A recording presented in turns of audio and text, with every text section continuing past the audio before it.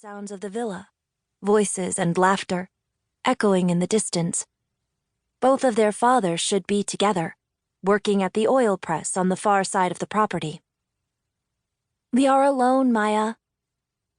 Maya cut the branch and let it drop to the ground, right at Evadne's feet. She cut another, her knife ticking against the bark. "Do you think your father will know, Eva?" "That we cut from the god tree?" Evadne gathered the green and silver leaves, staring up as Maya balanced on the tree's warped limbs. She imagined a god tumbling through such branches, breaking his wings, and said, "Well, if my father realizes it, I will simply tell him it was all for Halcyon.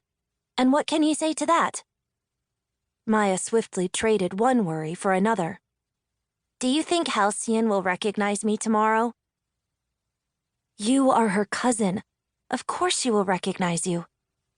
But despite her confidence, Evadne had gnawed on this same worry for days. She had not seen Halcyon in 8 years.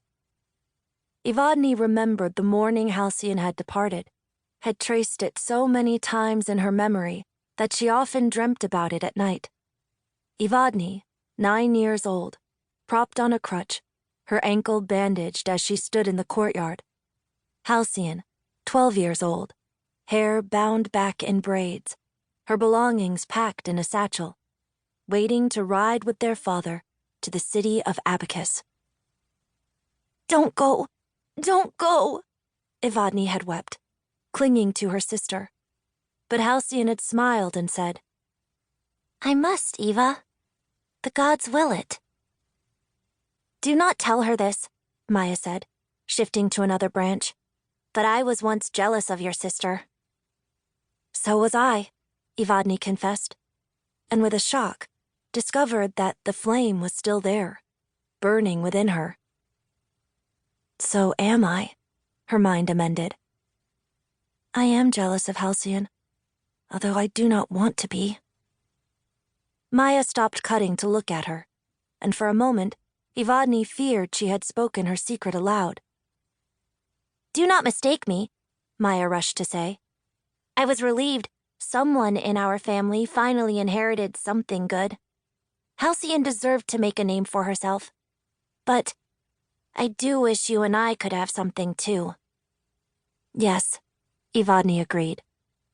She and Maya were like the other members in their family, void of magic, all because of their ancestor, a disgraced god who had fallen into this very olive tree centuries ago to break his wings.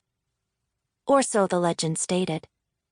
That was why Evadne's father disliked anyone touching it, or climbing it, or harvesting from it.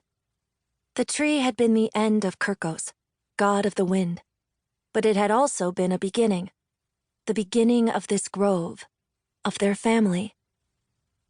Why would a god be so foolish? Evadne had often ranted to her mother when they worked at the loom. He had everything. Why give it all up? Truly, her anger stemmed from the fact that she was magicless and common and bound to live the same dull life every day until she returned to the dust. All because of Kirkos' choice to fall. And her mother would only smile, a gentle but shrewd smile. "One day you will understand, Eva." Well, Evadne believed she already understood. The truth was, Kirkos had flown over this piece of land, a grove that was called Izara, and had seen a mortal woman harvesting olives.